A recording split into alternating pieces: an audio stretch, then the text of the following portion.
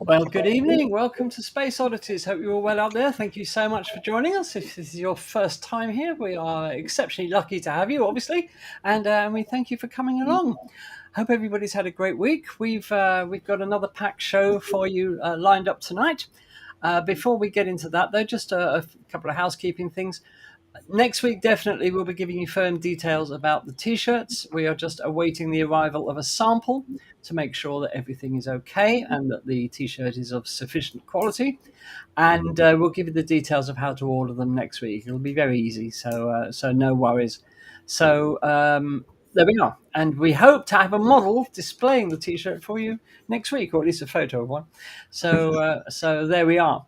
So we've got that to look forward to. Also, we'd like to give a big thank you to those of you who have bought us coffees. Again, thank you. Your help in supporting Space Oddities is, as always, much appreciated. It does help us to keep the channel going and to do new things.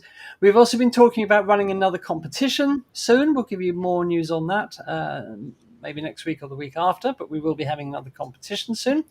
Don't forget, a date definitely for your diary. Next Monday's show, we have the astronaut Scott Petit, who will be the pilot of the upcoming SpaceX Polaris Dawn mission. And Scott will be joining us next week to talk about the mission and anything else that you want to ask. And it's going to be a real thrill for us to have a real live astronaut on the program who is going to be going up in space on the potentially groundbreaking Polaris Dawn mission. And so if you have any questions, think about those this week, and you can ask them live on the program next week. So what have we got lined up for you tonight? Well, lined up for you tonight, we have Michael is going to be talking to us about the upcoming launch of Euclid, which is the ESA's new space telescope to investigate the dark universe. That's going to be a fantastic mission, so we can't wait to hear about that from Michael. Lou's going to be revealing his favourite space images of all time. Daz is going to be talking to us about something we were talking about on the programme last week, which were the links between the sun and volcanism. And he's been researching that this week and found out some quite interesting things. So that sounds quite intriguing. Daz doesn't appear to be with us at the moment. As you may know, viewers, Daz has an ongoing bandwidth problem and he keeps coming and going. I get a feeling he's been doing that all his life, to be honest. But there we are. We're also joined this evening by Jonathan. Hello, Jonathan. There we are. Good evening. And here's Dad back again. So there we are. So I think we're all complete now. Pat couldn't join us again this week. Her boss called a meeting tonight, even though she told him that she couldn't make it tonight. But such are bosses for you. So there we are. Jonathan's going to be doing his normal NEOWatch. I hope, Jonathan, is this correct? You've got Absolutely mondo. It's on the way. Oh, fantastic. Can't wait. We'll be hearing from Jonathan later. I'm going to be doing this week's Teacher's Corner, which is a new feature we've started where, we want to help teachers out communicating the wonders of the universe to children. So we come up with some ideas to help teachers, and we've got another one this week that I will be talking about. Lou's just disappeared for a moment because he's got a problem with his camera, and perhaps we'll all club together and get him a new one, eh? So there we are. To kick the programme off, as always, well, he is known as the man of 1,000 stars, and I don't know why, but there you are. Roger's been turning in some amazing images recently of the sun and the moon, as always, Roger, haven't you? So let's go straight over to Roger for this week's look at the night sky. Ooh. And here we are, already getting towards the end of another month. Oh, God, yeah. Doesn't it go quickly? I know. Anyway, longest day is later on this week, Wednesday. So beware of druids and the like. Ken Barlow. So here's today's image of the sun in a white light. Oh, that's today's. Oh, it is, yeah. Oh, yes. Still a bit spotty. Still, yes, got some more spots coming round. Yeah. And this is what it's like in hydrogen alpha at the moment. Wow. Yes, we've got some flares all the way around this time, so that's pretty. That's pretty. Mm. Mm. But at some point in the near future, I've got a one-to-one with Gary Palmer. So he's going to be telling me a few things and I might not know that will help to improve my images somewhat. Could you tell the viewers who he is, Roger? Gary Palmer is a solar astrophotographer. He's a bit in the same sort of league as Damien Peach for planets. Gary Palmer is for the solar imaging, and Right. he's got a setup at home, and he's also got a setup in Spain, which he operates remotely. So I think that's what he'll be going through from Spain to do some one-to-one tuitions with. So I shall be looking forward to that. Oh, wonderful! That sounds great. Well, Yeah. it all came down to a friend, somebody who contacted me from Finland, and we almost sort of spoke each night, going through bits and pieces. And as a thank you for all the work that I've been going through with him, he bought me a voucher from First Light Optics for a 90-minute one-to-one with Gary Palmer. So that was nice. That was nice. Wow. Because I'm worth it. Because you're worth it. Of course you are, Roger. Anyway, after the new moon that we've had just recently at the weekend, we will be heading towards the first quarter at next weekend. I did try to see if I could spot it tonight, but it was a little bit too cloudy, so I might have another little go briefly before it sets this evening. So there we go. But, so at the moment, we haven't really got anything planetary-wise for the night time, when it's almost half dark by about 11 o'clock. But Venus is still lovely, though. It's still nice for a couple of hours before it sets, yes. Yeah. But obviously, when it gets half dark, there isn't much planetary work to see at the moment. Mars is a bit too small and faint now, really, to be worth considering. But we have got the Summer Triangle up, and the Milky Way and the galactic core over in Sagittarius. So things aren't that desperate. And as I said earlier, we've got the summer solstice on the Thursday,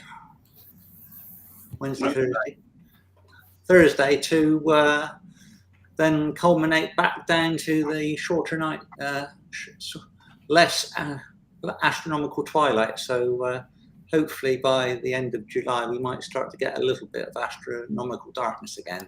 Yeah. But apart from that, we've not got much else otherwise of interest. But in the morning, though, if you're up about 3 o'clock in the morning, like you do, we do have Saturn and Jupiter up. And these are the times that are around about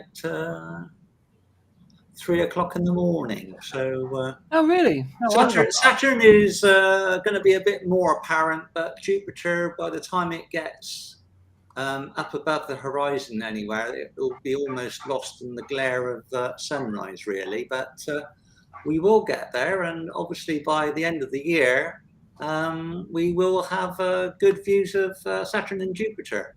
But Saturn will only probably be about half the height of Jupiter will attain by the end of the year. So right. Even though Saturn will be visible, it's still not advantageous for us in the Northern Hemisphere.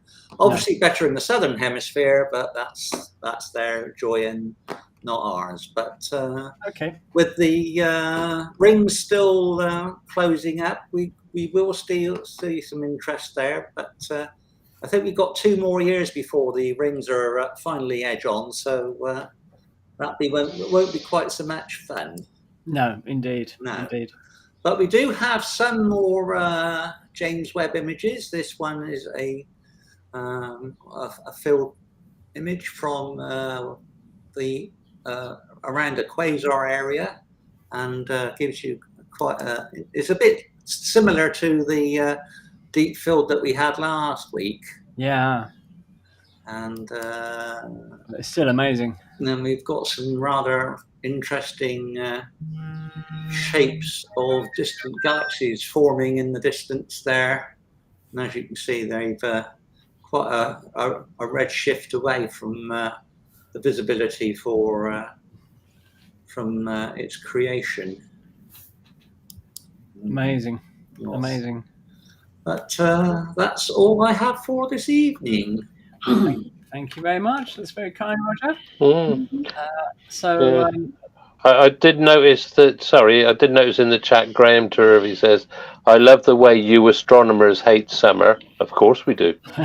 No darkness. But then Ian hit the nail on the head. Said, "Can't see a pigging thing in the sky in summer." So, yeah. Well done, Well, Ian. there's no darkness and there's a lot of humidity in the air, so that scatters Absolutely. the light more A lot of efficiently, haze. unfortunately. Yeah, definitely. It's not the best time of year, which is ironic. I have to tell you that at the star party I was at, the York County, Pennsylvania star party this past weekend, I brought my little 8-inch Dobsonian, my Zummel Dob. And there were people around me with these amazing Celestron go-tos. Oh my goodness. And they were just at their wits' end trying to do an alignment of their scope. And while they were doing that, I was just hunting down Messier objects. M13, M57, M92, they all fell to my astronomical acumen. Yeah. I know the feeling. I've spent many a time trying to align my go-to scope as well. It doesn't always work as anticipated. Let's put it that way. So there we are then. Okay, before I forget, providing we have time this evening, we have a plan also this evening to do another Q&A session with you viewers, where we will be delighted to answer any questions about the universe that you have. So get your thinking caps on. Don't put them in the chat yet. We'll put them all in towards the end of the program when we do this. But we would like to have another Q&A session because the last one seemed to go down very well. And we love answering your questions and discussing them. So we'll do that towards the end of the program. More questions and answers from you. Thank you very much. Now, we're going to go over to Michael, who's going to tell us about a really, really important upcoming launch from the European Space Agency, that being the Euclid Space Telescope. Okay, thanks, Andy. Yep, this is Euclid, the next European Space Agency Space Telescope, as Andy said, subtitled Exploring the Dark Universe. Okay, I'll do that. So, what is Euclid? Euclid is a visible to near-infrared space telescope developed by the European Space Agency and the Euclid Consortium. Euclid is named after the Greek mathematician Euclid of Alexandria, who lived around 300 BC and reported to be the founder of the subject of geometry.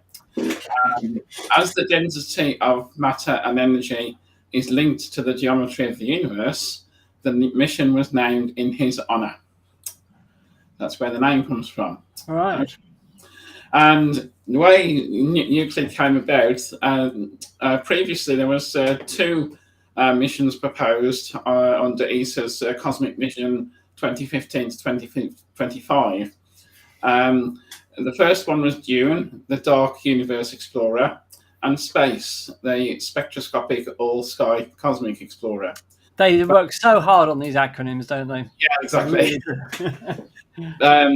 Both missions proposed complementary techniques to measure the geometry of the universe, and after an assessment study phase, a combined mission resulted. Euclid was selected by ESA's Science Programme Committee for implementation in October 2011, and in June 2012 it was formally adopted. So that's how it came about. Right. So the mission is to explore the composition and evolution of the dark universe. The Space Telescope will create a great map of the large-scale structure of the universe across space and time by observing billions of galaxies out to 10 billion light years and across more than a third of the sky. Euclid will explore how the universe has expanded and how structure has formed over cosmic history, revealing more about the role of gravity and the nature of dark energy and dark matter. Okay, the construction, the Space Telescope was built by Thales Alenia Space in Italy.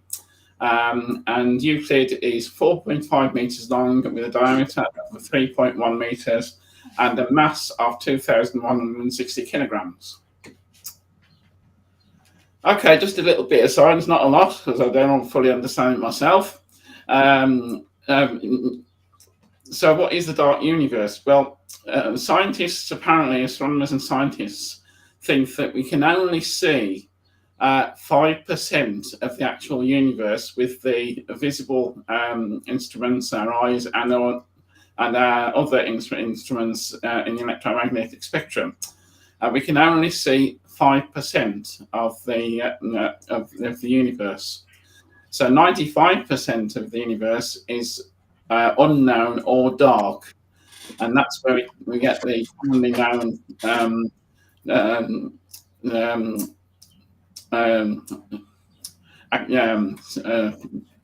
sorry about that. Commonly known as dark matter and dark energy. That's where we get that from. Okay. So 5-minute mysteries Euclid will help solve. What is the structure and history of the cosmic web? What is the nature of dark matter? How has the expansion of the universe changed over time? What is the nature of dark energy? And is our understanding of gravity complete? Okay, Euclid, or more about Euclid itself.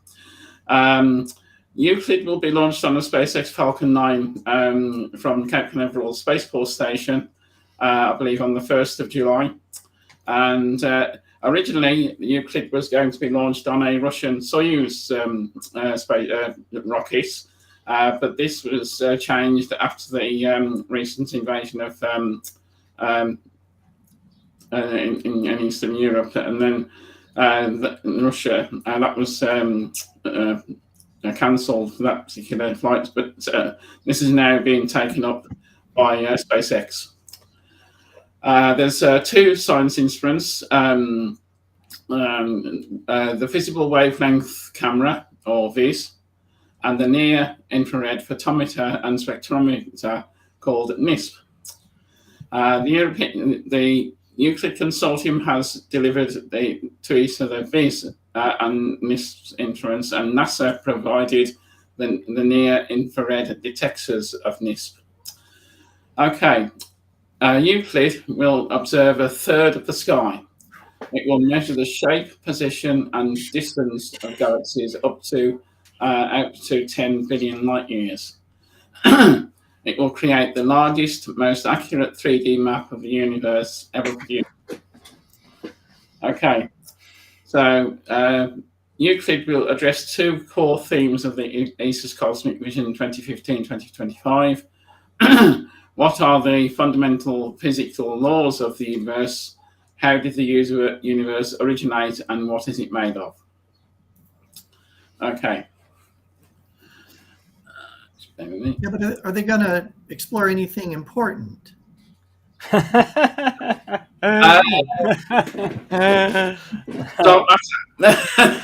are small questions, you know. Get real. Yeah. Okay. Right.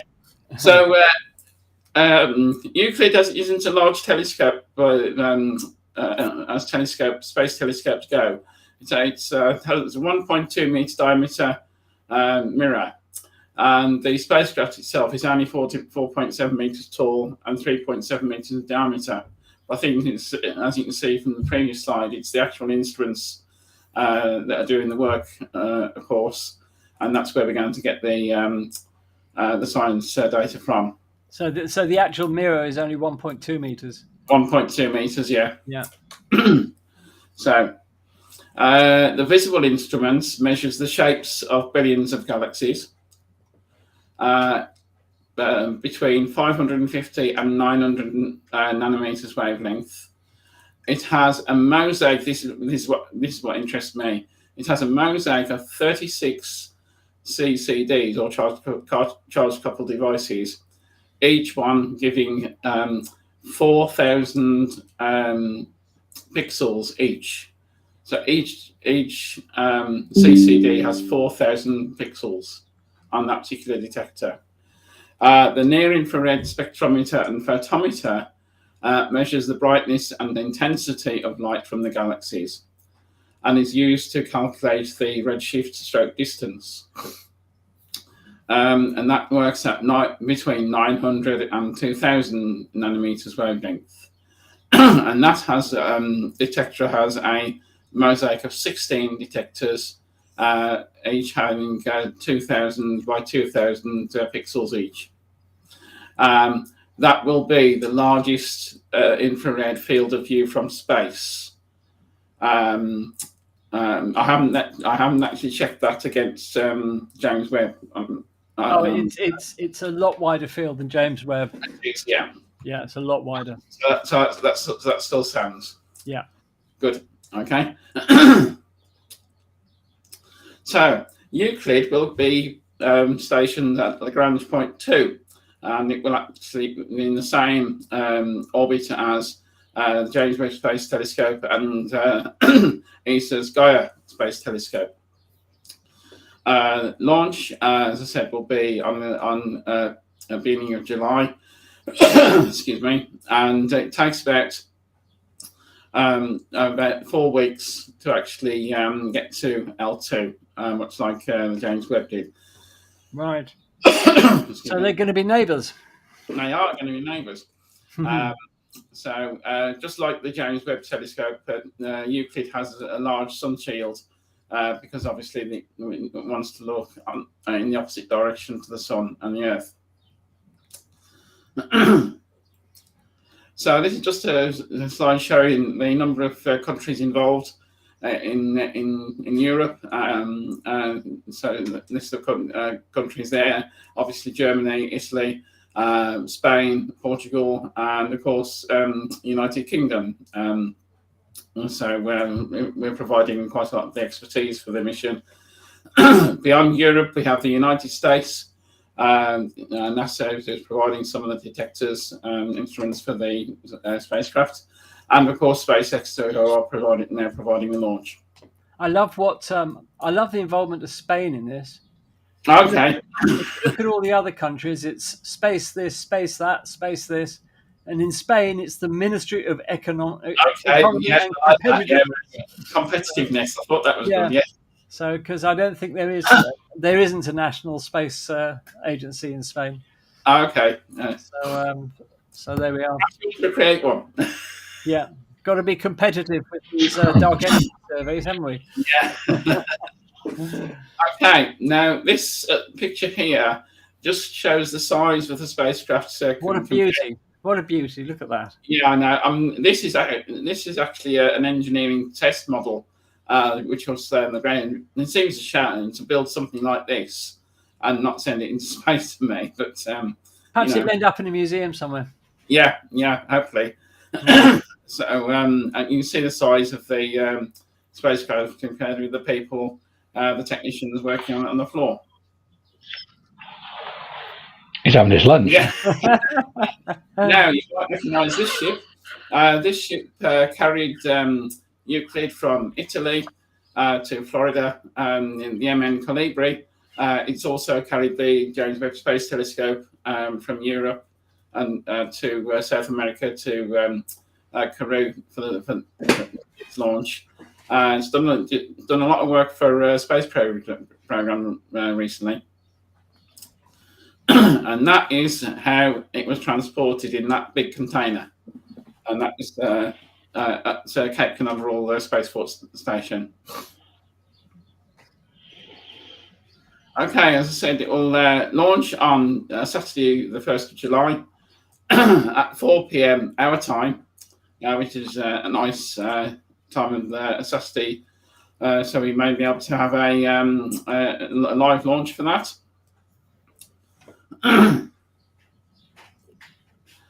Just so for those that may not be familiar, it will be launched from Space Complex 40, which is to the south of the Kennedy Space Center on the Space Coast.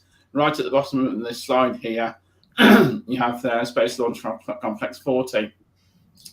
41 is there. The Launch Complex 39, with Launch Complex 39A, which SpaceX used for their crewed launches and their rocket launch, their rocket assembly facility is near there on the old crawlerway. And just at the top of the slide, you can see Launch Complex 39B, which is where future space launch systems will launch from. Great. And just a minor one, this is the route that the rocket will take to take it into orbit before heading off to L2. And as you can see, a little blip out in the Atlantic Ocean, that is where the drone ship is that will catch the booster for landing. Okay, and if you want to know more, there's a website there. You can put this in the chat if you like, but there's plenty on the ESA website about the mission. If you want to, if you want to find out more. Great. Thank you very much, Michael. So we will, depending on what time of the day or night the launch is, we will be covering that launch live. Obviously, if it's in the middle of the night, we'd prefer to get out. It does say 4:11 our time, so PM. PM, yeah. Ah, okay, that's great. I didn't know they got a time for it. So 4:11, so 5:11. Yeah. I will check that though. Yeah. So the 1st of July at 4:11 PM UK time. Yeah. We'll be here then. Well, I will anyway. I hope other oddities can make it to watch to cover the launch of Euclid, in very, very important mission because as we were saying earlier, it'll give us a much wider view of the infrared sky and investigate the nature of dark energy and dark matter. Very little about which is still known, especially dark energy. We have some clues as to what dark matter is. The latest of those being this hypothetical particle called the axion, and with dark energy, we still don't really know what that's all about. And both dark energy and dark matter do affect the universe significantly. So, we really need to find out what they are, seeing as they make up most of the universe.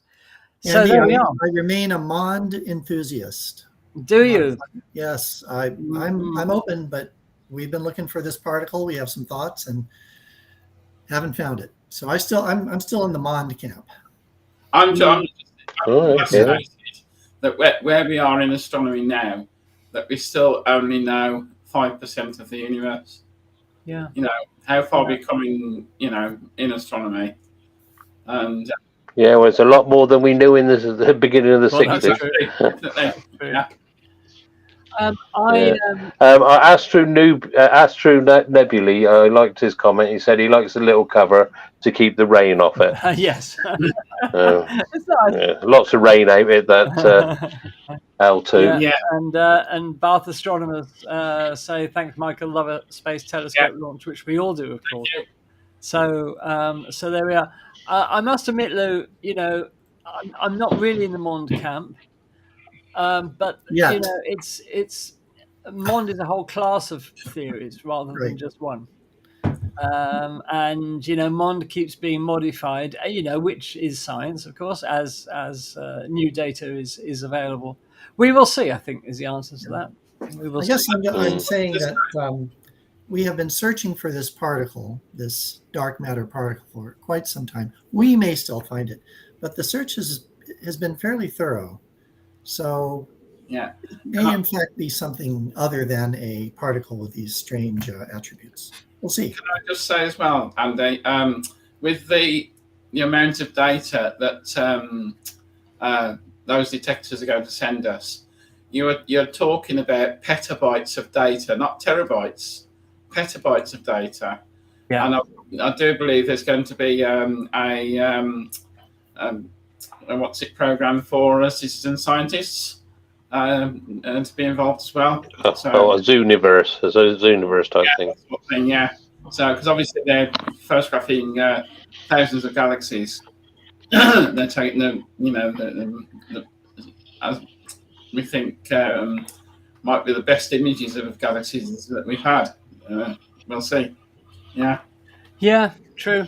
We will see. But anyway, I mean, with all this data that we're going to be getting from all these new telescopes, etc., I don't think there's going to be enough people on the planet to look at it all. The Vera Rubin telescope, haven't you?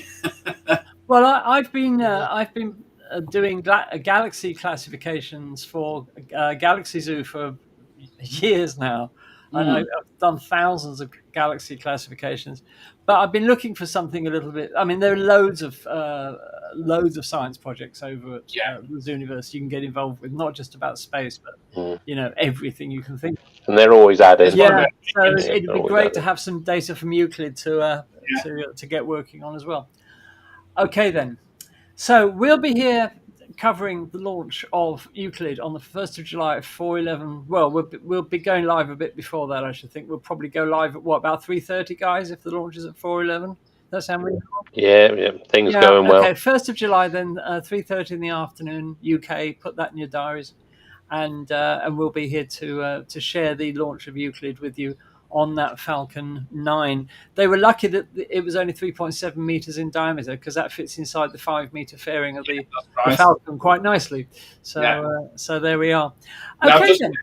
And it is PM, the launch time. Right, so it is PM, thank goodness for that. Okay. So next on the program, we've been running this series where we've been presenting you with our favorite space images, and this week it's the turn of Lou Mayo. So Lou, over to you. What are your favorite space images? All right. Can you bring up the, there we go. The 3 images I'm going to show you today, I think are fascinating to think about. But these images produced a real emotional response in me. In one of them I cried, in one of them I screamed, and in one of them I sat just unable to speak, in awe. So this first image that I'm showing you here, this is a Voyager 2 image, a farewell to Neptune and a farewell to most of the mission. This is an image taken after closest approach to Neptune, where they timed it just right to get both the crescent of Neptune and the crescent of Triton in the field. And we were all out at Jet Propulsion Laboratory. This is in August of 1989. We were all out there to celebrate the end of the Voyager missions, but of course they've carried on as heliophysics missions, but the end of the planetary portion of the Voyager missions. And this was this was kind of Voyager 2's farewell picture. So it represented saying goodbye to decades of work with colleagues and making new discoveries and working out problems and so on. So it was quite an exciting time. It was quite an emotional time. And so this is my first image, farewell to Neptune. That's a beautiful image. I've always loved that one. It's nice. Extremely haunting, that image. It really, really is. Mm-hmm. Okay, so my next image. That's a lovely selection, Lou. Like that one. Oh, right. Aha. Well, let us not forget the transit of Venus. I was with NASA with the team that was to bring the transit of Venus to the country. And we started preparing for this. We started preparing for it around 2000, 2001. There were 2 transits, right? There was a transit in 2004 and one in 2012. I think this is the 2012 image.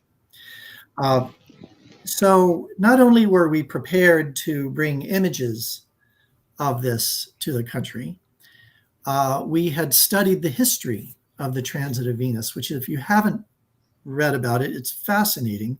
The stories of astronomers getting on ships and sailing to distant parts of the Earth so that they can get good measurements of the entry and exit times of Venus on the face of the sun. And by doing that,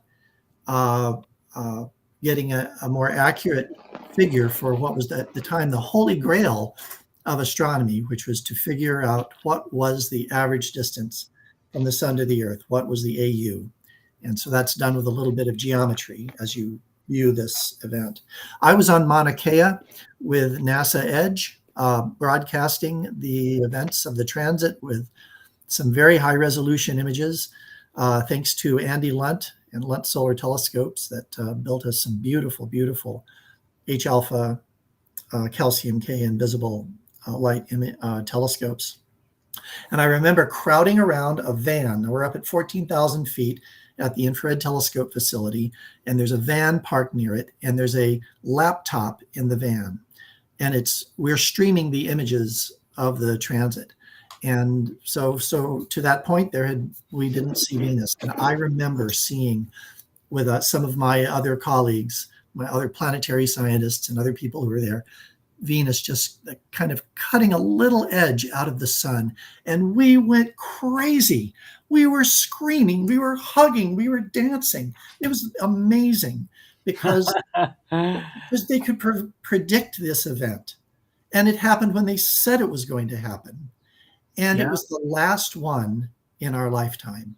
The last time anyone, maybe if you eat healthy, I guess, I don't know, but is going to see the face of Venus against the sun, this historic image. So I just kind of grabbed this image off the web. I took my own pictures, but the transit of Venus is my second image.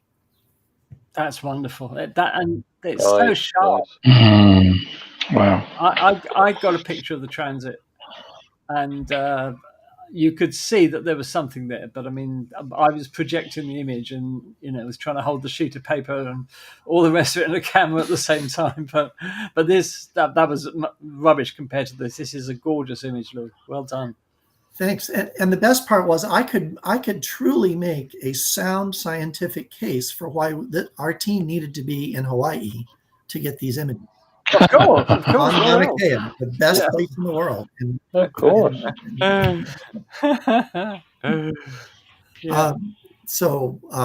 That's a good choice. That's a very good choice. I like that one. This is the one I screamed at. Here's my last image.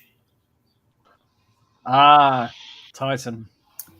So we waited a long time for this image, and the magic in this image, I think, are the people who do the celestial navigation calculations to send the Cassini spacecraft into the Saturnian system, drop the European Huygens probe into the atmosphere of Titan, and absolutely peg the landing spot 1.5 billion kilometers away. So that alone just blows my mind that these people can Incredible. do this. But of course, I spent the better part of my research career studying the atmosphere of Titan. We had some thoughts that the surface might be filled with liquid hydrocarbons from some of the research I and other people did. So the Huygens probe, which took this picture, was designed to float or to hit hard ground or land in a marsh or whatever.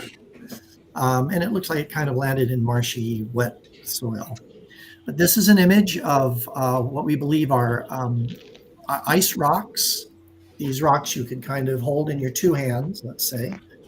And these water ice rocks are covered with tholins, the photochemical soup that's raining down onto the surface of Titan.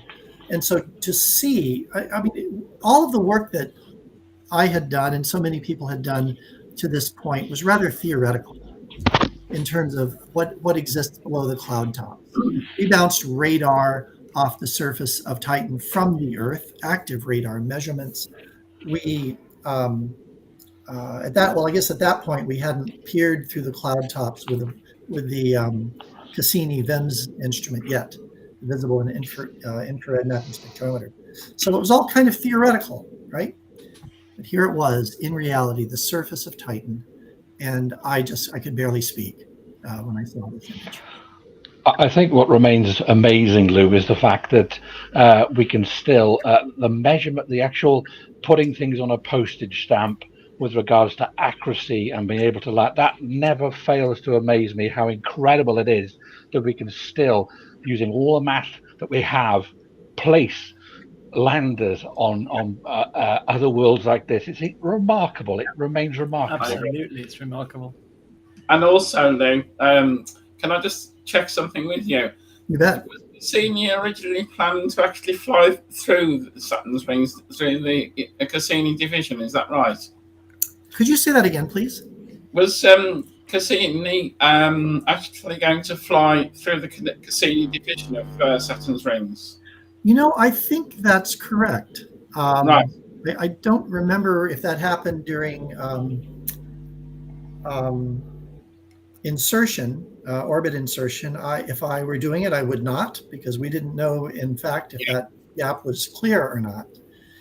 But I think that actually happened. Right. Yeah. And I think, if I remember rightly, when this image first came out, people thought we were looking at things the size of boulders, but that's an effect of foreshortening of the camera. And these ice rocks are just a few centimeters across, apparently. That's right. Yeah. And not just the rocks. We look at the rocks because there are things on the surface, and we tend to focus on that. But look at the smooth areas around the rocks. This looks very much like the hydrocarbon pools that we had suspected were on the surface from the nitrile and hydrocarbon rains precipitating out of the atmosphere. So just, wow. This is just fantasy. This is magic, and yet here it is. Or perhaps it's actually an old riverbed, not just a pool. Perhaps. Yeah. Because it looks like something has definitely flowed over those rocks, hasn't it? To shape they look smooth. Rather than them just in a standing body of water. It looks like they've had pressure applied to them to mold them, if you like. Titan has a fairly thick atmosphere. It has some winds. It has rain. Yes, I would expect these rocks would have weathered some over the billions of years that they probably sat there. Well, that's an amazing image, Lou. Thank you so much for your three. Mm-hmm. And I hope you enjoyed those, viewers. Who hasn't done this yet? Jonathan, do you want to do yours next week? No worries. Your favourite free space images of all time, and why? That's your homework for next week. Yes. Okay. And don't let me catch you behind the bike sheds again. Not with her, anyway. Referee. Okay. All right, moving on. So we come now to a new feature that we started last week called Teachers Corner. And we really want to reach out to teachers who are trying to communicate the universe to youngsters. And we want to offer you perhaps some solutions, ways of doing it that you can use in your classrooms or outside that you may not have thought about. And this week, what we're going to be doing, and I appear to have lost my hat. Just give me 1 second. Just talk amongst yourselves for one moment, and I will sort this out. I've got a slight technical issue here, but nothing that I can't solve very, very quickly. Put the test card up. Yeah. Okay. Right. So, put the test card up. So, 1 second. Okay, got it. Right. So this week, I'm going to tell you all about walking with planets. Now, what is this all about? Well,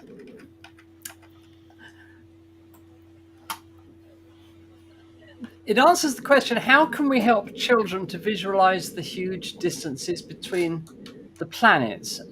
And the reason for this is that if you start mentioning terms like millions or billions of kilometers or miles, young children don't have a chance of understanding those or visualizing exactly how far those distances are.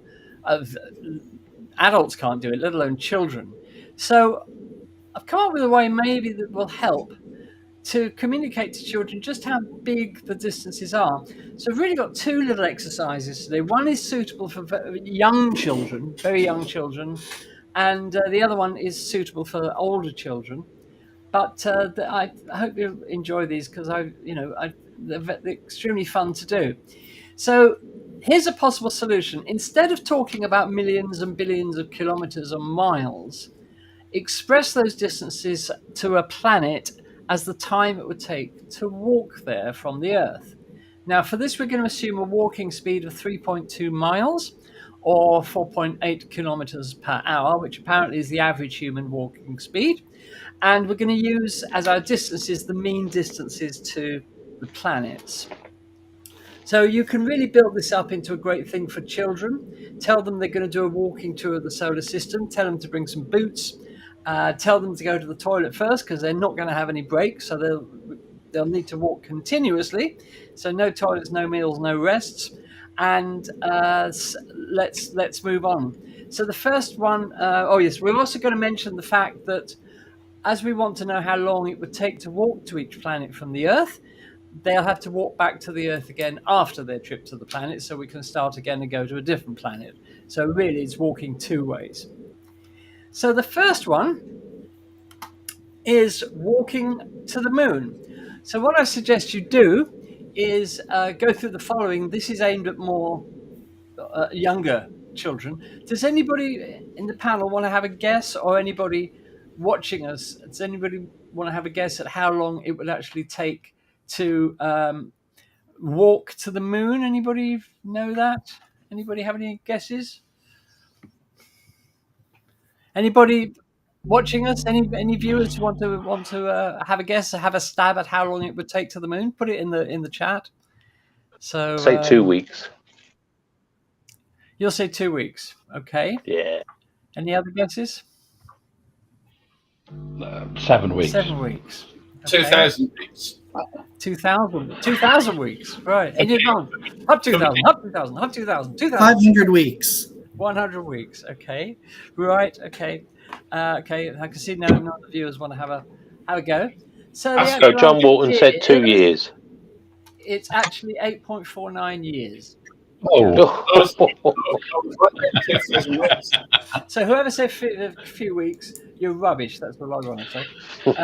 He walked quickly. That's all. I was closest there. Yeah, Michael was closest. So you can tell children it will take 8.49 years to walk to the moon. If we arrived today, we'd have left, therefore, in 2015. And what you can do with the children, ask them to tell you how old they were in 2015 is a nice little thing to do.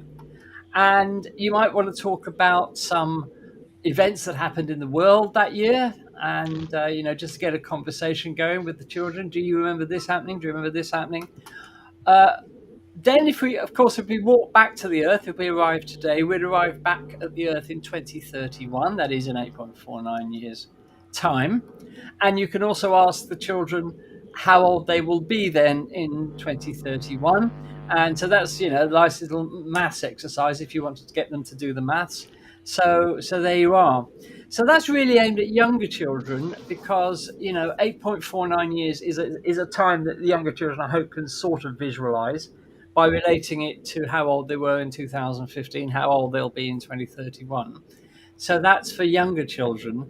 And then moving on, what you could do with the older children, depending how old they are, if they're teenagers, you could certainly get them to do the calculations themselves in Excel or something. They're very, very simple, straightforward calculations, or at least they should be. And get them to create a table of the planets with the time it would take to walk there. And this information, if they arrived there today, they'd have left there in this year. And if they left there today, they'd arrive back in this year. So you can build a nice little table.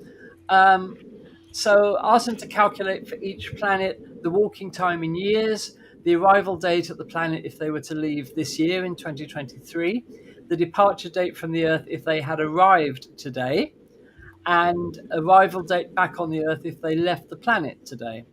And when you do that, this is the table of data that you actually end up with. So we can see that walking to Mercury would take 2,035 years, arriving there in the year 4058.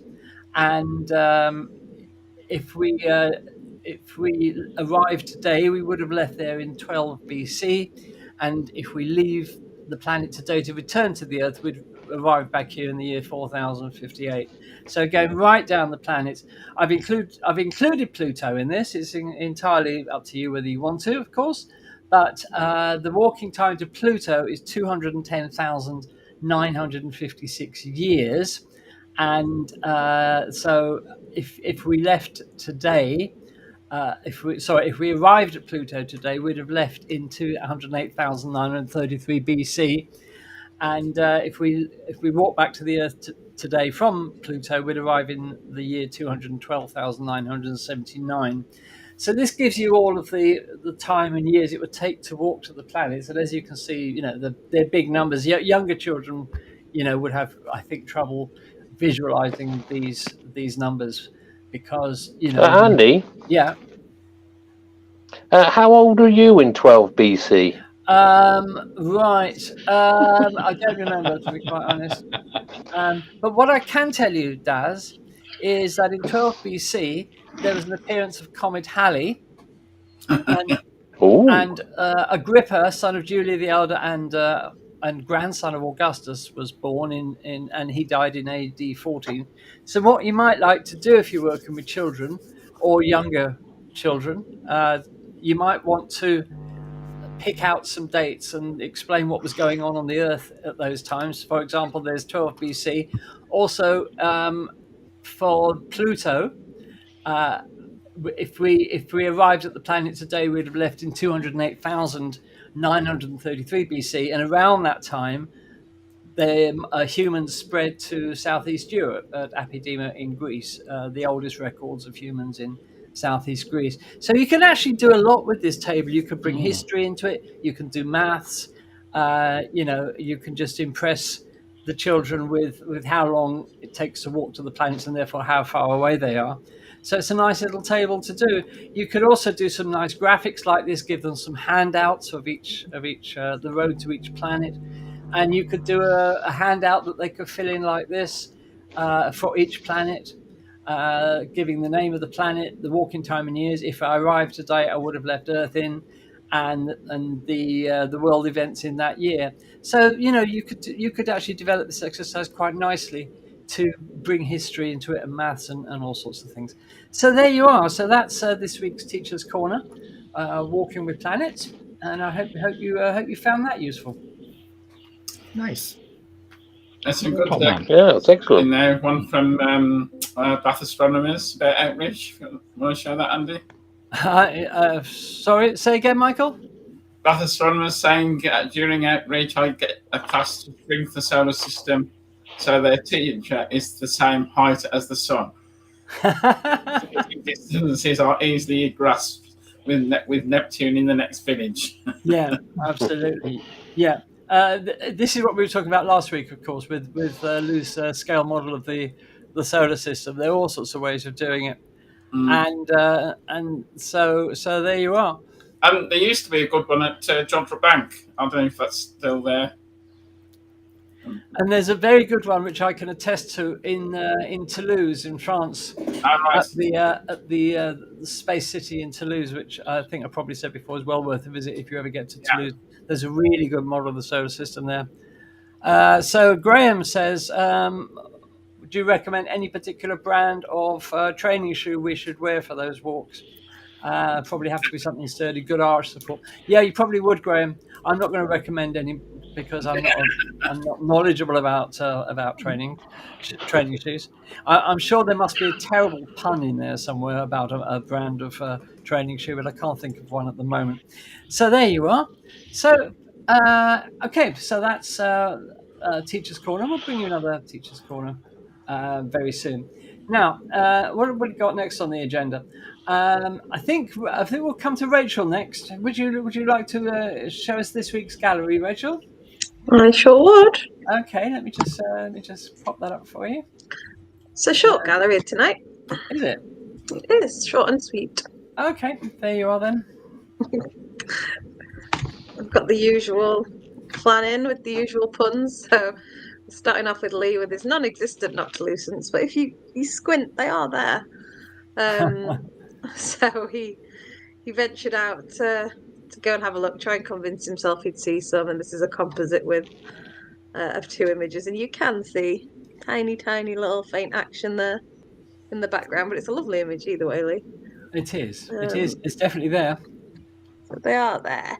Mm. Just maybe not so active as we'd like. Well, there's plenty of time yet.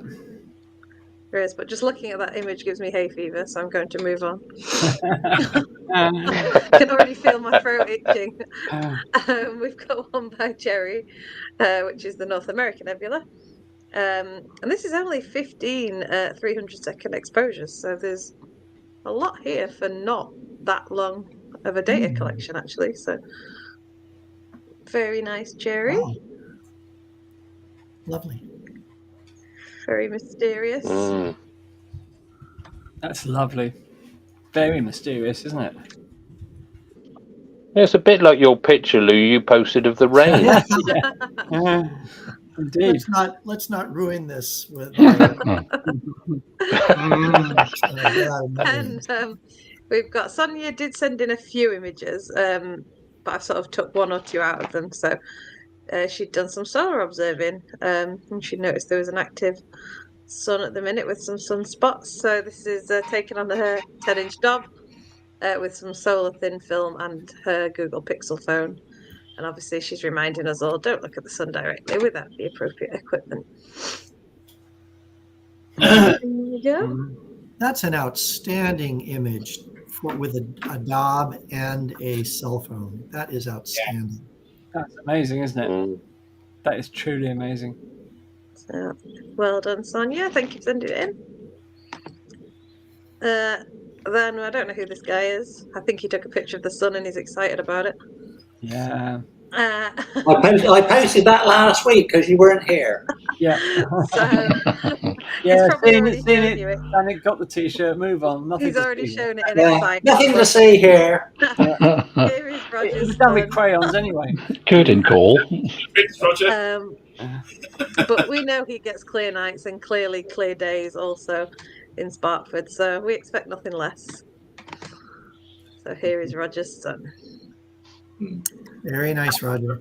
I've now got an 80 centimetre by 80 centimetre metal print of that now. Wow. What did you use to take this image again?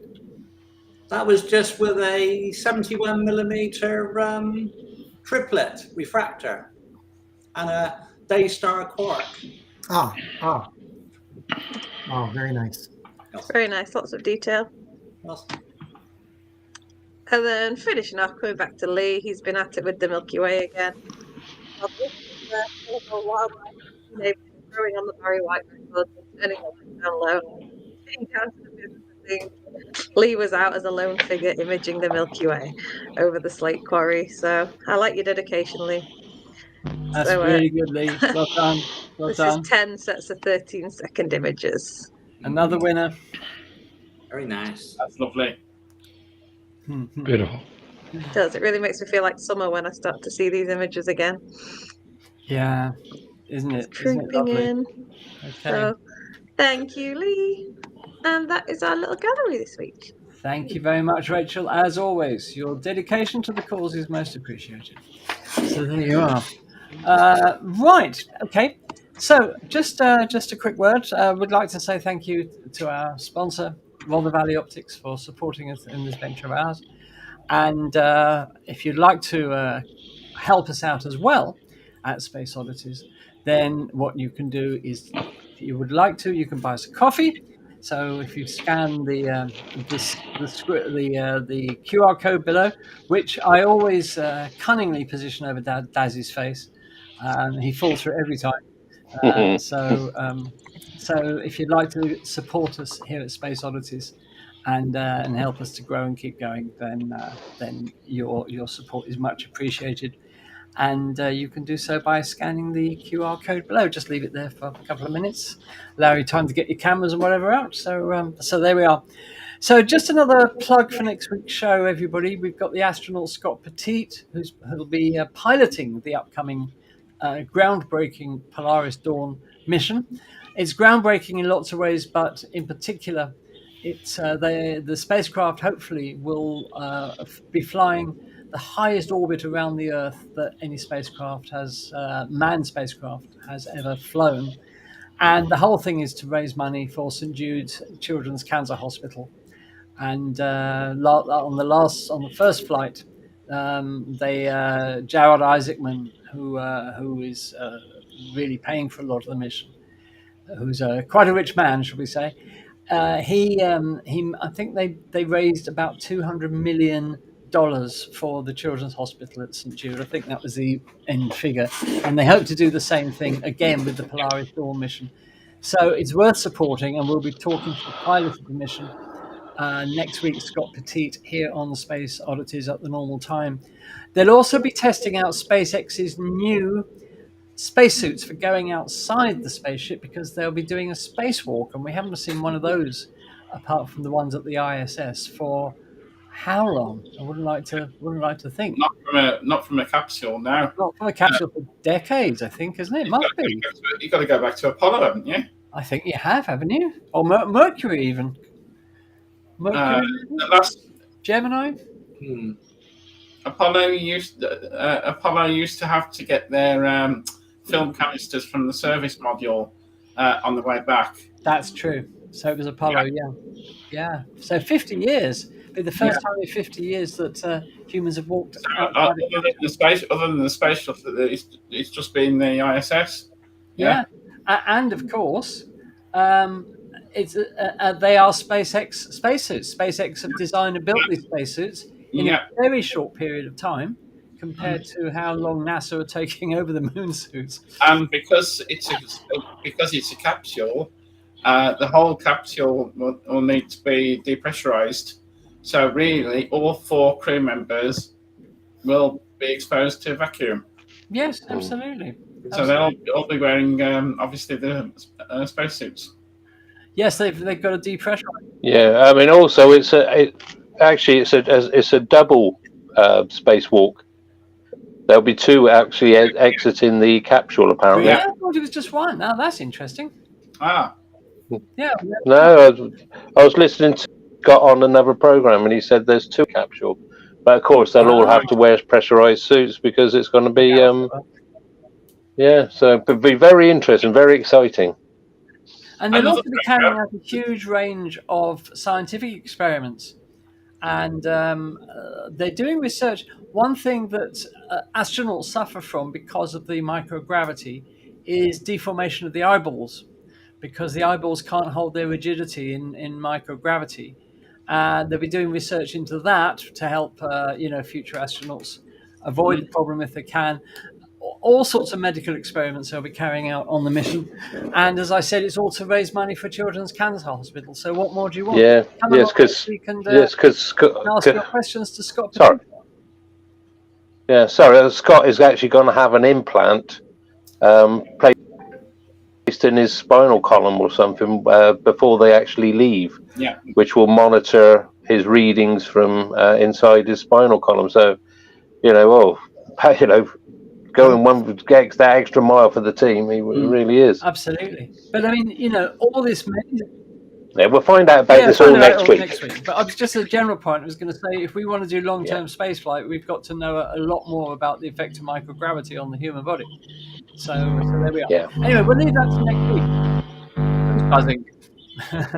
Whoever it is. Yeah, I'm getting the feedback. Not me. Definitely not me. Oh, Jonathan's not guilty this time. Amazing.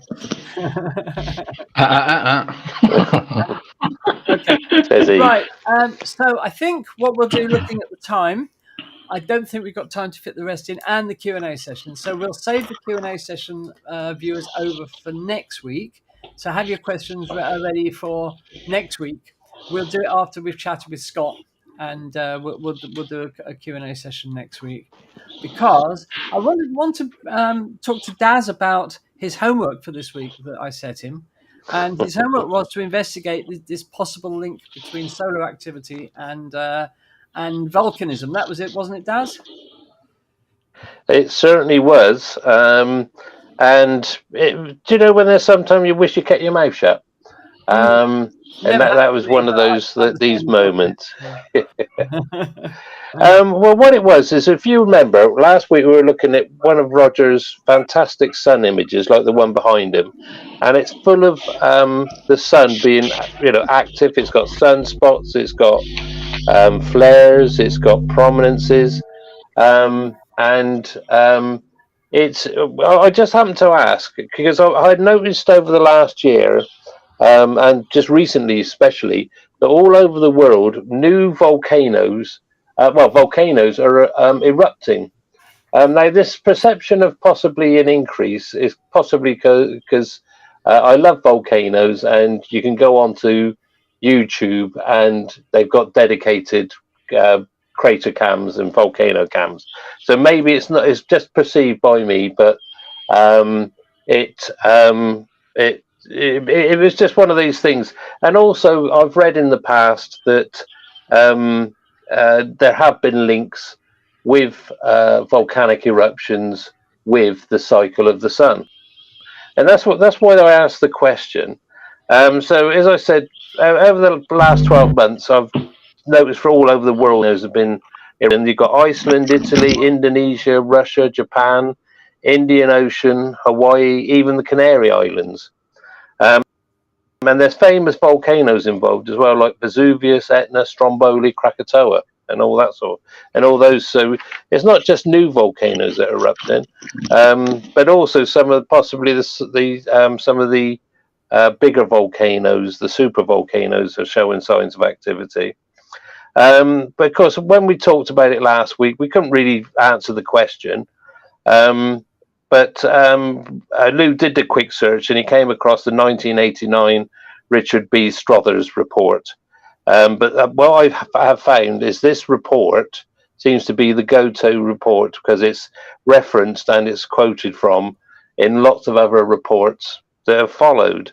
And also, one of the reasons I thought about this increased activity is because we're in a pretty just recently into a new cycle. It started in 2020. We're in the ramping up stage, so we're heading towards a peak. When that peak will be, we do not know, but because we got to study these spots for 11 years. So again, as I said, so what actually happened is I went online, found loads of papers. I'm not a scientist, so I ended up having my mind blown. But first, I think we best quickly talk about what this sunspot phase cycle is. And of course, I've called it the sunspot cycle because the solar cycle, which some people tend to call this, is actually over 22 years. But I'll come on to that later. So the sunspot cycle is basically 10.7 to 11 years on average. But this can vary sometimes from these cycles being as short as 8 to 14 years. For our question, as I said, we need to look at 2 consecutive cycles over 22 years, and I'll tell you why later. There's 4 parts to each cycle. You've got the growth, maxima, descent, and then minima. So the maxima is the maximum sunspot activity. The minima is when you've either got very few sunspots or you've got none at all. Each cycle is described as active or less active. But to decide whether or not the cycle is active, we've got to watch the sunspots for at least to do cycle. The sunspots you'll see appear in both the northern hemisphere and the southern hemisphere. When the cycle starts, they will be around the equator, and as they increase, they will spread out, and you'll basically be able to see them between 30 degrees north and 30 degrees south of the equator. And the more we see, the more active it is. Usually these sunspots rotate from the other side of the sun, or some of them can actually appear over a few days while we're looking at it at the sun's face. But sometimes these can last for such a long time that they'll possibly do 2 tours of the sun, 2 rotations. The sunspots always come in pairs. So if you imagine the sun, like behind Roger, at the top you've got the North Pole, at the bottom you've got the South Pole. The pairs of sunspots, the northern one will have a north polarity, and the southern one will have a southern polarity. And what will happen is magnetic lines will join the 2 spots, forming an arch, and this can pick up plasma, and that will form a sort of a prominence like you got on the edge of the sun behind Roger. Now, these prominences will either melt away back into it, or they will grow. The magnetic lines will get twisted and then they'll eventually break, and they can throw off matter and radiation, and that will create the solar wind that, if they're pointing towards us, will hit our planet. But in the southern hemisphere, I will tell you that the actual sunspots are reversed. The polarities are reversed, and you've got to remember that for a little bit later on. Again, a sun cycle is actually based on 11, watching it over the 11 years. So the sun goes through its 4 phases, the whole cycle eventually decreasing in sunspot numbers. So it goes back to its minima. As they decrease, they move, as I said, they move up north and south. But as it decreases, as the sunspots decrease, they move back towards the equator. At the same time, the magnetic strength of the at the same time, the strength of the magnetic field at both poles decreases. Eventually, the sun will swap poles. Now, that is the indication of the end of that cycle, and the next cycle is beginning. And we can always see this because, as I said, when we go back to the sunspots, again, like I said, you've got a north and you've got a south. On both things, they will actually twist, and they will swap over themselves. And we can observe that, so we know a cycle's ended and the new one's begun. And of course, so how does this affect Earth? An active sun means Earth experiences more space weather. So you got talking about the solar wind, increased solar winds, and also accompanying the solar winds, there is got its own it's got we also get more radiation from high energy particles, but also, and this will become obvious a bit later on. So basically, when it hits the Earth, it's going to mess with our magnetic field, and all this messing will have consequences, which we will see. And the way it actually works is it either compresses or stretches our own magnetic field, which is protecting us from the radiation from the sun. But also, because it's compressing that, it also compresses our atmosphere, which means we get less protection from that radiation, so more of it hits the actual surface. Where am I now? Now, with bearing that in mind, and also when we get to the minima, we get a reverse effect where there'll be no interaction because there is no solar wind and there is no magnetic field.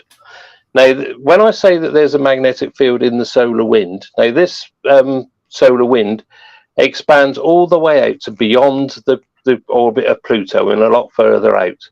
And it basically, the magnetic field in there protects us from the cosmic rays which are coming from outside the solar system. And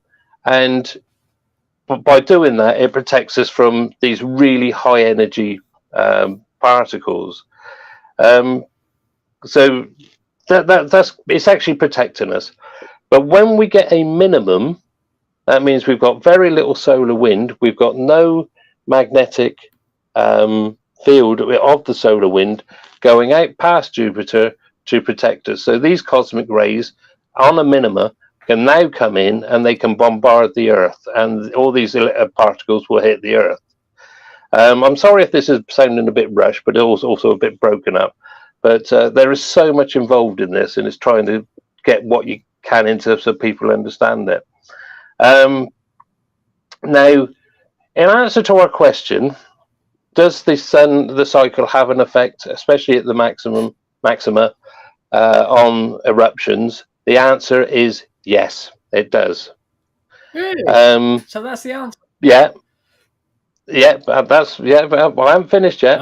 Okay. But even more confusing, more eruptions happen on the minimum. So when the actual high activity drops down, when it gets to the minimum, we get even more volcanic eruptions. Now, if you remember, when I say that the cycles change, the poles switch. Yeah. And that tells us when the next cycle begins. Yeah. When you've got what they call a lead south cycle, and that cycle reaches its minimum, we get even a larger increase in the amount of volcanic eruptions.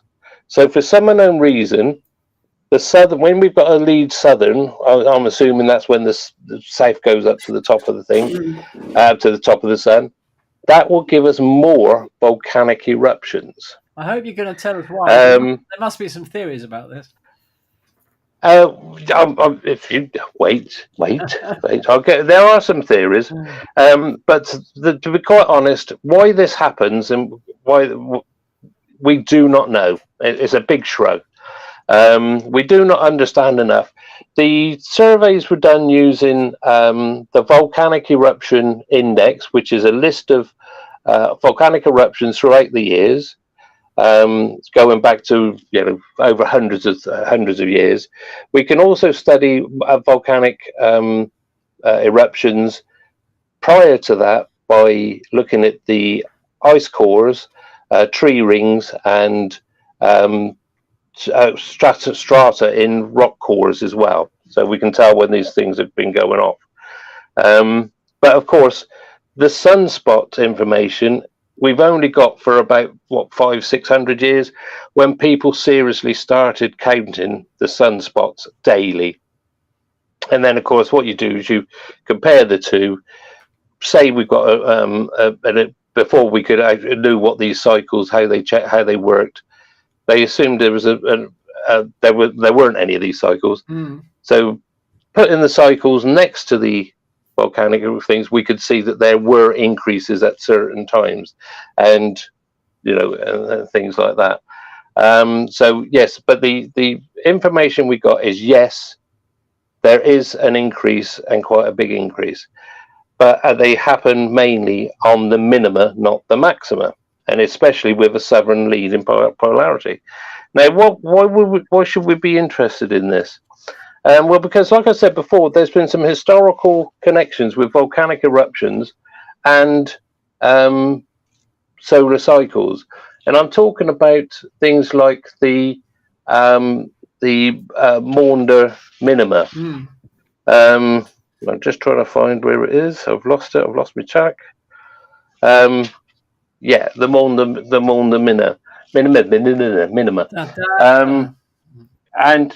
And basically that was between 1645 and 1715, when there was very little sunspot activity observed.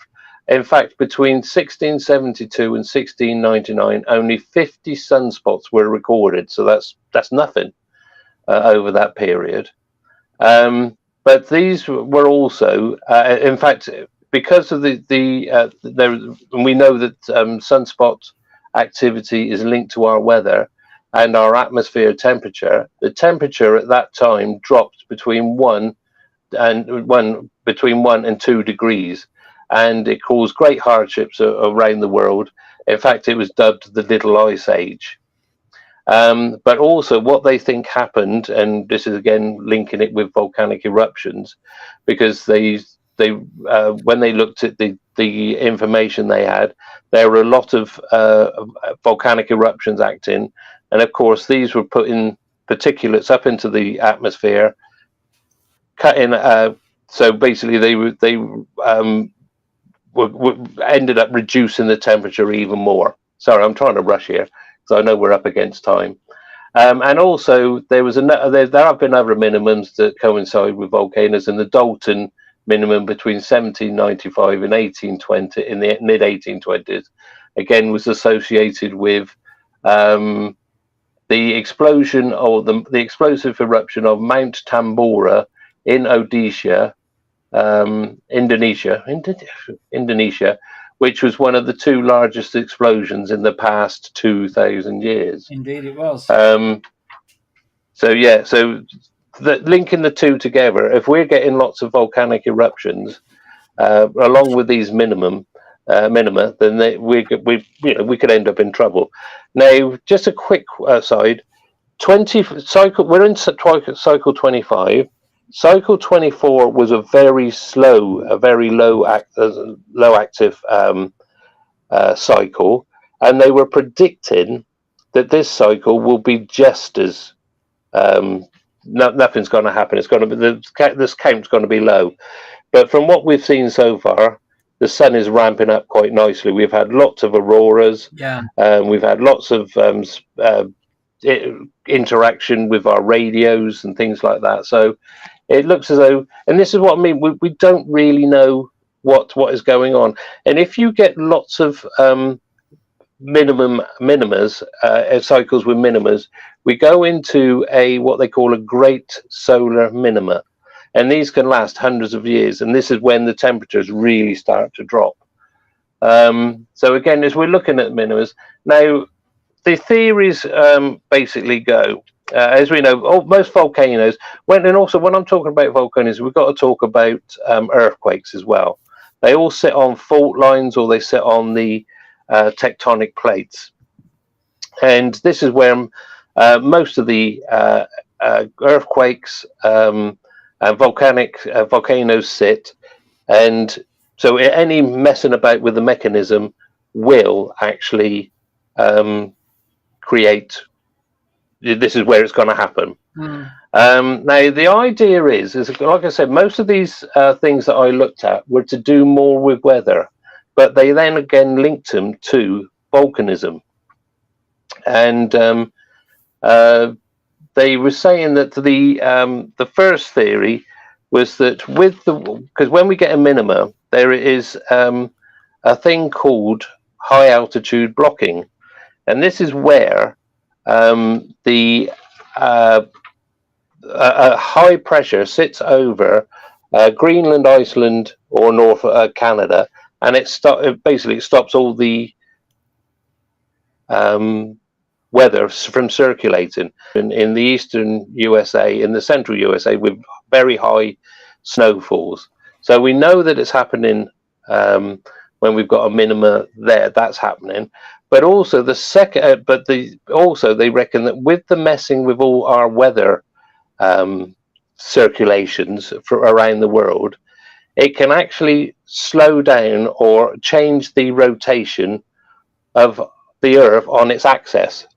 And it can happen quite rapidly. Now, I've never felt a sudden break-in or, jerking around, but they reckon that this sudden judder could actually set off the tectonic plates and things like that. And then, of course, increasing the volcanism in that way, and earthquakes as well. But the second, and that comes also back from the 1989 report. But the second mechanism is that, again, we go back to this minima and the protection of the solar wind's magnetic field, keeping the cosmic rays away. And of course, if we go into a prolonged minima, we're getting more of this highly energetic particles coming from the outer solar system, bombarding the Earth. This is hitting the surface of the Earth. But what it's doing also, as well as messing with the temperature of the atmosphere, in the actual fault lines and in the tectonic plates, there is magnetic fields already there, but they're enhanced. They're bigger than what they would anywhere else. And what's happening is these high energetic particles are setting up electrical currents, and these electrical currents are actually working to heat up the surfaces between all the plates and all that, which makes them a little bit more malleable. And of course, the Earth's crust is made of different types of material. So then you get the slipping and the sliding and the earthquakes and the volcanoes kicking off then. But like I said, we need to know what is going on. We need a lot more information. We're very limited to what the cycles, the records of the cycles, plus the volcanoes. The further back you go, they become more unreliable. But we need to know this for future, that if we get a minima, then an extended minima, we could end up in a small ice age. And in fact, there was an ice age predicted for this cycle, but it's not going to happen now. They said they've changed their mind because of the way it's acted. So I hope that makes sense. There is so much information I've got here. Yeah, I would endeavour to make a separate little program, and we'll put it up as a snippet. But yes, the answer is the sunspot cycle does interfere with volcanic eruptions on the Earth, but it's not just over the 11 years, it's over the 22 years when we've got to look at them. Okay. So I hope that makes sense. I'm sorry if I rushed it. No, that makes perfect sense to me anyway, Daz. Thank you so much, Daz. Really interesting stuff. So there you are. So solar activity does have an effect on volcanism on the Earth, which is somewhat surprising. Thank you so much, Daz. That's talking of snippets, that word. What you might like to know, if you go to our channel on YouTube, there's a new playlist in there called Space Bites, where what I'm doing, I'm chopping bits out of our Monday evening shows and just sort of condensing them into bite-sized chunks, basically. So if you go and have a look at the Space Bites playlist on the channel, you'll see, for example, some of the interviews that we've done, and just the interviews. Lou's presentation on the scale of the solar system, and just to give you some bite-sized chunks of our program, so you don't have to sit through the whole thing to see something you might be interested in. And I'll be getting those up into that playlist, gradually, because each one's a bit time-consuming. So there we are. So that's the new Space Bites playlist, condensed versions of various things on our shows. And now, finally, before we continue, Andy, Steve Warbis has asked, is this apparent connection the same for both plate volcanism and plume volcanism?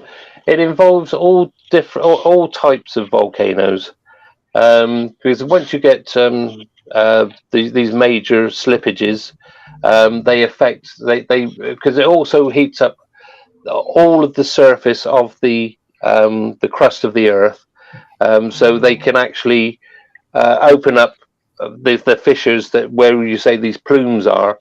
And again, they will erupt as well. But also, it involves all the different types of explosions. If you go on YouTube now, you can click on probably about 4 or 5 different volcanoes, and they're all different. Even Hawaii's going off at the moment, big time. Yeah. So have a look, see. But they're all happening. But we can't tell whether we reach the maximum until we get to the end of the 11 years, and then we can see where the maximum happened. Great, thanks, Daz. Just a small point, and I admit that I have made this mistake myself. When you spell volcanism that way, you're referring to Spock's home world, and when you spell volcanism, you're referring to volcanoes. Just fascinating. I've made this mistake myself. What utter nonsense! You need to know about all planets.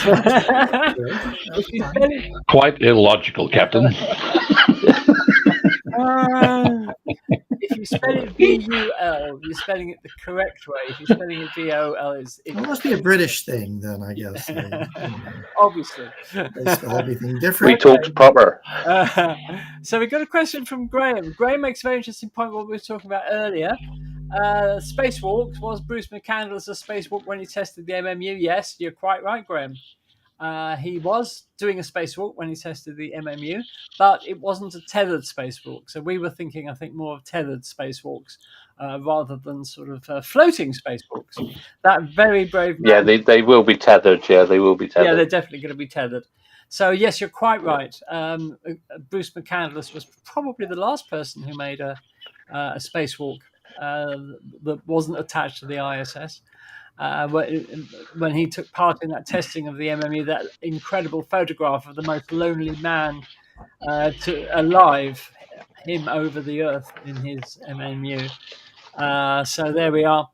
And so the Mars Polaris, that's another thing. Polaris Dawn will be, in fact, a tethered spacewalk, and we'll talk to Scott Petit about that, and we'll ask him next week. So don't forget that. Okay. So lastly, this evening, we move on to a gentleman who keeps us up to date every week with what's going on in the world of near-Earth objects, what's threatening us, how many there are, all the details. He's man with his finger on the pulse of quite a few things and people, funnily enough, but we won't go into that. That's what you get from working in the morgue. Just up to date and up at night, I think. Actually, I have to say there's something I found out about Jonathan recently that I had no idea. And No, it's a lie. No, it's not. No, if you told me, I mean, what does that say about you? For those of you who remember this, I found this absolutely. I was so thrilled when I heard this news. Jonathan here used to be a writer for the Fast Show on the BBC, and I was so thrilled when he told me that, because the Fast Show, I'd still go around quoting, because quoting the Fast Show is very much making love to a beautiful woman. So absolutely, yeah, absolutely. So Jonathan is the writer suits you, Andy. Show, so we owe Jonathan a big vote of thanks for at least contributing to that amazingly funny program back in the 90s. So look what's happened to me. So there we are. So Jonathan, pray do tell. Right. So what have you got for us this week? Well, I'll whiz through this because probably people have either run baths or have got things in the microwave. Or buns in the oven. Or buns in the oven, indeed. Gentlemen. Sorry, Rachel. well cooked. I'm more worried about the plural. There's just one bun. Yeah. Don't tell me there's more than one. I think you'd know by now. Maybe in the future. So yes, from today until the end of this month, there are 7 near-Earth objects plotted to pass Earth, all at safe distance. Many of those relatively newly discovered, bar 2 of them, all are under the 100 meters in diameter mark. Now, one of those 2, though, being 2002 LT38, which measures 240 meters wide. This was first picked up on the 10th of the 6th, 2002, so been monitored it for quite some time now, and it's due to pass us safely this coming Saturday. LT38 orbits every 284 days, so it's due back in March 2024. And rather like the old circuses before health and safety got involved, of course, you had the trapeze artists, and you had the people who did the pyramid. You also had the people who came on and sort of sprinted across the ring and did a little bit of a tumble as they did so, then corrected themselves into, the LT38, that's a tumbler. I can tell you that's a tumbler as well, constantly rotating away. Nicely done. Just to remind us as well that at the end of this month, it is indeed still, they haven't moved it, World Asteroid Day. That's Friday the 30th of June. I know it's World Asteroid Day, but it's actually over 2 days, but there you go. And Saturday, July the 1st. The events will be streamed on day 1 from Luxembourg and also on day 2 from Luxembourg, but there's more global input on the second day of things. Now, you may think it's a little bit gimmicky, but it is quite important, actually very important. The United Nations have indeed sanctioned the day of public awareness of the risks of asteroid impacts, with a mission statement being to educate the public about the potential risks to Earth from such objects. Sadly, I've been looking on the map of global activities as to see exactly who's been involved in what. And the nearest one, activity-wise, to us to acknowledge World Asteroid Day, so it probably needs a little bit more publicity than it's getting, is in fact in France. There's nothing in the UK at all. Really, so nothing I think in the UK? Nobody apparently is exactly. I think there's an observatoire in France that's holding some sort of event, but I don't know about you, but I'm not getting stuck in the Channel Tunnel again. Those days are over.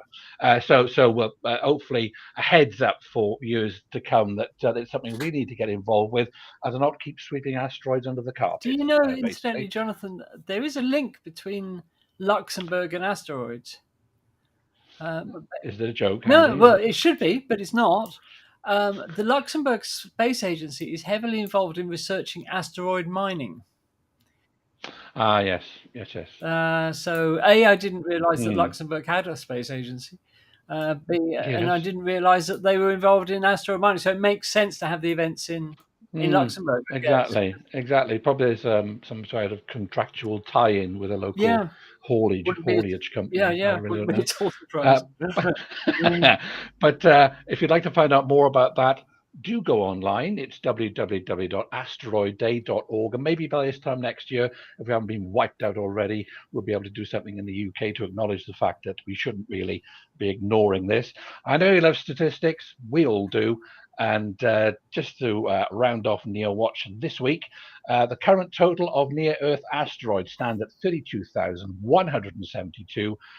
1,488 of those are in the risk list, and current known asteroids with good orbital information, 1,179,418. So those are the stats from the NEO desk, and I'll give you a little bit more information on Asteroid Day next week. Perhaps somebody will get their bottom into gear and do something about it in the United Kingdom, or in fact give you a heads up on what talks to live stream to get a little bit more information. But this shouldn't be ignored. Because the way things go at the moment, whereas man or humankind is more likely to be responsible for the end of the Earth, this is the second one that will probably wipe us out. Absolutely. Thank you so much for that, as always, Jonathan. And we will look forward to hearing a little bit more about Asteroid Day next week then. So there we are then. So, you got the money I gave you then. Yeah, thank you. I'm glad it arrived in the post. Jonathan, I have a question for you. You mentioned a number of asteroids that will be passing us at a safe distance. What would be an unsafe distance? Well, thank you, Lou, for that one. Unsafe distances.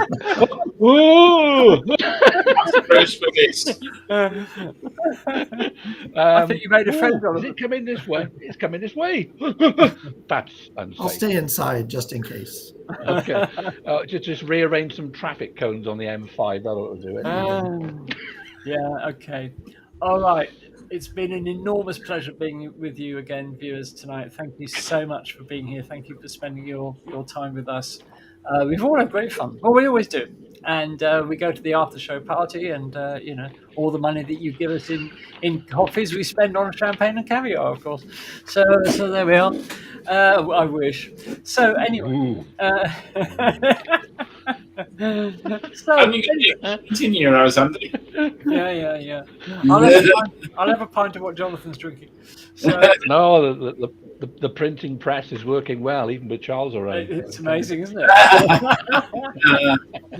So anyway, viewers, trying desperately to draw things to a conclusion here in the midst of all this.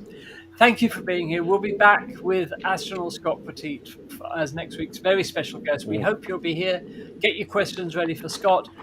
Do some reading if you want to about the Polaris Dawn mission. You can find it very easily on the web by just Googling for Polaris Dawn, and you'll get to know all about it. And we look forward to seeing you back here next week. Thanks again to our sponsors, Rother Valley Optics. Thank you for those of you who bought us coffees tonight. Much appreciated as always. We'll be back at the same time next week for another sparkling edition of Space Oddities. So until then, have a fantastic week. Take care of yourselves. From Roger, myself, Michael, from Rachel, from John, Blue, from Daz, and is there anybody I missed? No, I think that's about it. And we will do all a fantastic week, and we will see you again next week, we hope. So bye from all of us. Bye. Keep looking up. Bye for now. Yeah, and check out the